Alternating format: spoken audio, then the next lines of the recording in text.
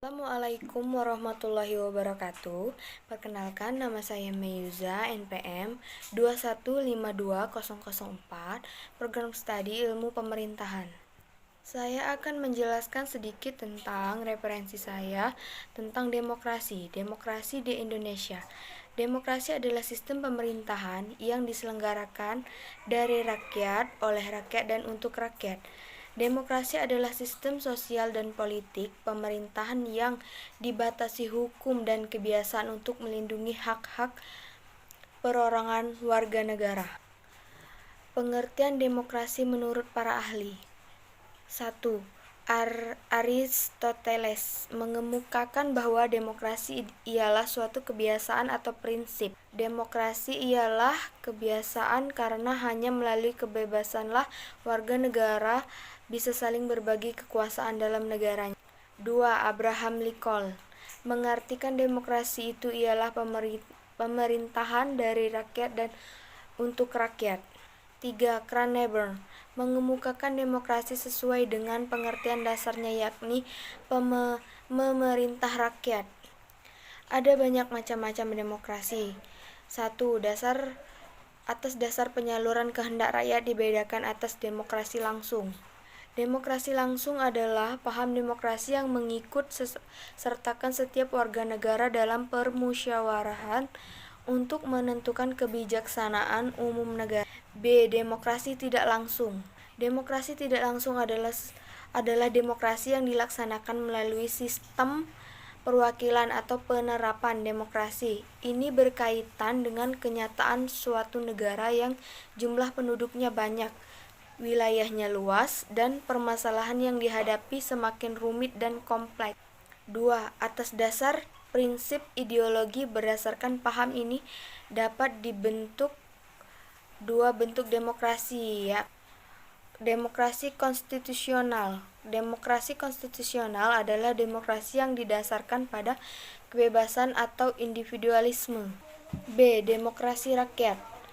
Demokrasi rakyat disebut juga demokrasi proletar yang berhaluan Marxisme dan komunisme. Demokrasi rakyat mencita-citakan kehidupan yang tidak mengenal kelas sosial. Manusia dibebaskan dari keterikatan kepada kepemilik pribadi tanpa ada penindasan atau paksaan. Demokrasi Pancasila berlaku di Indonesia yang bersumber dan tata nilai sosial dan budaya bangsa Indonesia, serta berdasarkan musyawarah untuk mufakat dengan mengutamakan keseimbangan kepentingan. Demokrasi di Indonesia sangat rumit. Demokrasi di Indonesia adalah suatu proses sejarah dan politik perkembangan demokrasi di dunia secara umum, hingga khususnya di Indonesia, mulai dari pengertian dan konsepsi. Konsepsi menurut para tokoh atau founding father kemerdekaan Indonesia, terutama Soekarno, Muhammad Hatta, dan Suetan Sarji. Selain itu juga proses menggambarkan perkembangan demokrasi di Indonesia dimulai saat kemerdekaan Indonesia berdiri Republik Indonesia Serikat. Kemunculan fase kediktatoran Soekarno dalam Orde Lama dan Soeharto dalam Orde Baru hingga proses konsolidasi demokrasi pasca reformasi 1998 hingga saat ini. Alasan penting mengapa demokrasi Pancasila paling cocok untuk bangsa kita Indonesia.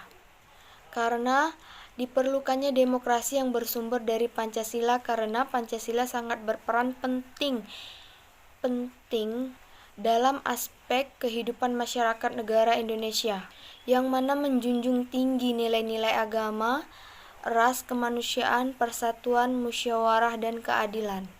Ada juga demokrasi liberal. Demokrasi liberal adalah sebuah sistem pemerintahan yang menempatkan parlemen atau perdana menteri dalam posisi yang sangat penting. Demokrasi liberal memiliki dasar hukum Undang-Undang Dasar Sementara atau UUD 1950. Pada masa demokrasi liberal, presiden hanyalah sebagai kepala negara yang mengawasi atau menyetujui seluruh kebijakan yang akan dikeluarkan oleh Perdana Menteri. Pada masa demokrasi liberal, kabinet adalah sebuah badan yang dibentuk oleh Perdana Menteri.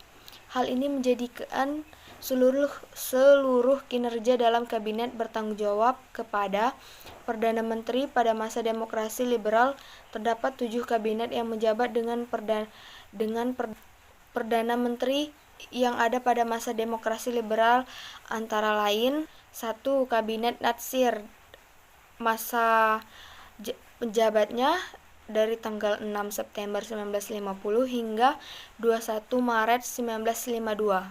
2. Kabinet Sukiman dari 27 April 1951 hingga 23 Februari 1952. 3. Kabinet Wilovo dari 3 April 1952 hingga 3 Juni 1953. 4. Kabinet Ali Sastroamidjojo dari 1 Agustus 1953 hingga 24 Juli 1955. 5. Kabinet Burhanuddin Harapan dari 12 Agustus 1955 hingga 3 Maret 1956. 6. Kabinet Ali Sastroamidjojo II dari 24 Maret 1957 hingga selesai. 7. Kabinet Juanda dari 19 April 1957 hingga 5 Juli 1959. Ada banyak pelanggaran pelaksanaan demokrasi di Indonesia. Berikut 4 contoh pelanggaran pelaksanaan demokrasi di Indonesia di masa ke masa sebagai berikut. 1. Manipolitik. 2. Intimidasi. 3. Penggelembungan suara salah satu kandidat. 4. Tragedi Trisakti. Penerapan demokrasi di lingkungan bernegara. Rakyat mengawasi pemerintah yang dapat melalui berbagai kebijakan atau perundangan dan dikaji bagaimana pelaksanaannya. Mematuhi peraturan perundang-undangan yang berlaku. Menghargai perbedaan yang ada pada rakyat. Mengutamakan musyawarah untuk kesepakatan bersama untuk menyelesaikan masalah-masalah kenegaraan. Sekian video dari saya. Wassalamualaikum warahmatullahi wabarakatuh.